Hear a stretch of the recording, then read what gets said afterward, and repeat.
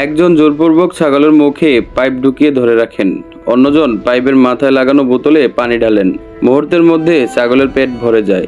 শুকনো ছাগল দেখতে হয়ে যায় মোটা তাজা। এমনই এক অমানবিক চিত্র দক্ষিণ কুমিল্লার গরু ছাগলের বড়হাট ১৪ গ্রামের মিরসরণী বাজারে।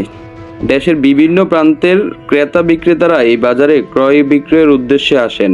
কুরবানির ঈদকে সামনে রেখে বর্তমানে আরও জমে উঠেছে বেচাকেনা।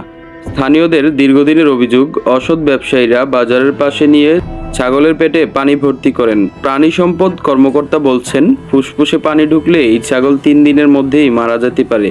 বুধবার বিক্রির উদ্দেশ্যে আনা ছাগলের পেটে পানি ঢুকানোর সময় অভিযান পরিচালনা করে উপজেলা প্রশাসন।